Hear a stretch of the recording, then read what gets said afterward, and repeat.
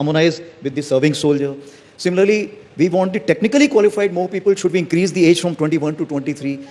जैसे army chief या फिर सेना प्रमुख कुछ भी बोल लीजिए, उन्होंने बोला कि 3 चीज़ों में हम मेनली चेंज करने जा रहे हैं, जैसे आपकी छुट्टी की हो गई या फिर कैजुअलिटी आपकी हो गया उसमें, या फिर आपकी जो एज जो टेक्निकल में भर्ती हो रहे हैं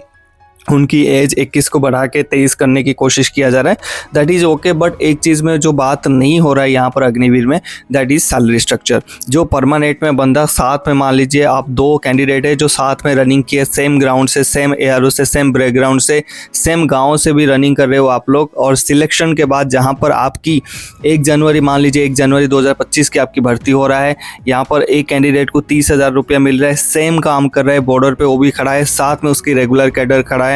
साथ में उसको मिल रहा है 48,000, 45, 50,000 के आसपास सैलरी मिल रहा है। That is the big difference. यहाँ पर आपकी कोई बेसिक पे नहीं है, जो पे कमीशन आएगा, ईट पे कमीशन आएगा, वहाँ पर बेसिक पे के ऊपर फिटमेंट फैक्टर लगता है। ड्यू टू आपका कोई बेसिक पे नहीं है यहाँ पर अग्निवीर में, तो वो लगेगा नहीं लगेगा वो तो अभी बिग क्वेश्चन मार्क्स है, ना उस पर कोई बात चल रहा है, तो ये पर ज़्यादा चांसेस नहीं है कि आपकी सैलरी को हाइक किया जाए। तो इसलिए हमारे इस वीडियो के माध्यम से हमारे सेना प्रमुख से या फिर इंडियन आर्मी ऑफिशियल से रिक्वेस्ट है, जो एक्चुअली एक सैलरी स्ट्रक्चर भी काफ़ी मैटर करता है एक जवान की लाइफ में, उसको उस श्रेणी के स्टैंडर्ड लाइफ कैरी करने के लिए अगर वो मेंटली फ्री रहेगा, फाइनेंशियली फ्री रहेगा, तभी वो ड्यूटी मोटिवेट के साथ कर पाएगा, और बाकी जो उसकी फ्रेंड्स है, बडीज़ है, उसके साथ भी वो कंधे से कंधे मिला के हमारे देश की रक्षा कर सकता है।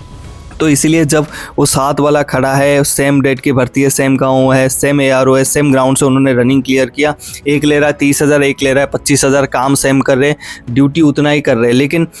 उस बुलेट्स पे, जो बुलेट्स वो छाती पे लगा, उसमें कहीं नहीं लिखा है कि ये अग्निवीर है, इसमें मैं लगूंगा नहीं बुलेट्स, ये रेगुलर कैडर है, इसको मार देता हूँ, इसकी ज़्यादा सैलरी नहीं, ऐसा तो होगा नहीं। तो इसलिए हमारा उनसे रिक्वेस्ट है कि जो सैलरी स्ट्रक्चर को भी यहाँ पर लाया जाए, उसको रीवेरीफाई किया जाए, जो एक रेगुलर कैडर पहले दिन से जितना ले रहा है, एक अग्निवीर को भी उतना मिलना चाहिए, हकदार वो उसी की है, क्योंकि सेम रेगुलर कैडर के साथ बैठ के उस मेस में खाना खाता है, सेम ड्यूटी करता है, सेम चारपाई उसके लिए भी है, तो इसलिए उसकी जो सैलरी को यहाँ पर कम नहीं करना चाहिए। आप 4 साल के लिए रखिए, इट्स ओके, बट जो सैलरी में डिफरेंस, इतनी डिफरेंस 15, 17, 20,000 की डिफरेंस, ये नहीं आना चाहिए। उसको मिल रहा है 50,000, तो इसको भी मिलना चाहिए। तो हम इस वीडियो के माध्यम से रिक्वेस्ट करेंगे, और आप सभी को भी रिक्वेस्ट करेंगे, इस वीडियो को ज़्यादा से ज़्यादा शेयर करिए, कमेंट्स पे लिखिए हैशटैग करके सैलरी इंक्रीज ऑफ अग्निवीर। वहाँ पर से हम इस वीडियो को जितना ज़्यादा शेयर करेंगे, सिर्फ व्यूज़ के लिए नहीं बोल रहा हूँ, एक जो जेन्युइन पॉइंट आप देखिए,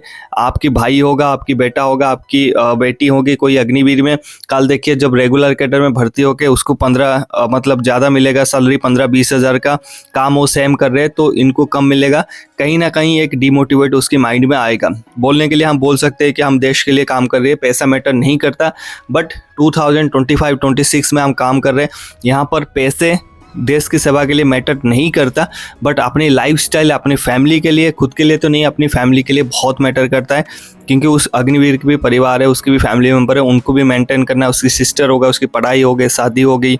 उसकी ब्रदर होगा कोई, उसकी एजुकेशन करना होगा, उसके फादर मदर को कोई डिजीज हो सकता है,